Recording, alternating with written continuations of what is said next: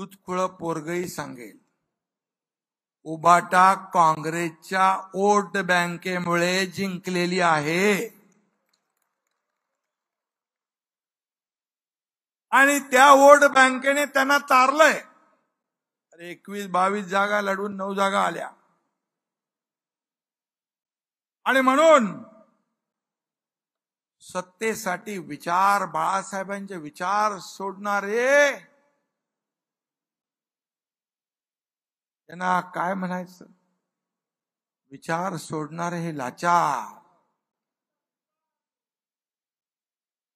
आणि काँग्रेसला गाडण्याची भाषा नेहमी बाळासाहेब करायचे. या काँग्रेसने बाळासाहेबांच्या मतदानाचा अधिकार काढून घेतला होता. याच काँग्रेसला मतदान करताना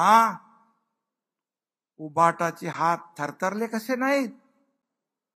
आणि आपल्यावरती जो आरोप केला जातो की शिवसेनेला हिंदू मतं नाही मिळाली, शिवसेनेला मराठी मतं नाही पडली, शिवसेनेला मुस्लिम मतं पडली. हो, पडलेत, जरूर पडलेत. संपूर्ण सर्व देशभक्तांची मतं शिवसेनेला मिळालेली आहेत.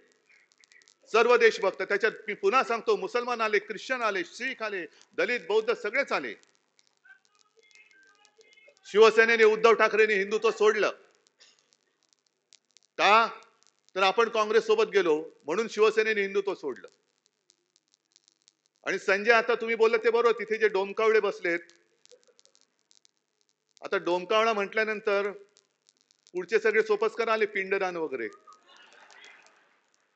त्यांची कावकाव सुरू झालेली आहे. मी काय हिंदुत्व सोडले? वाटते तुम्हाला मी हिंदुत्व सोडले?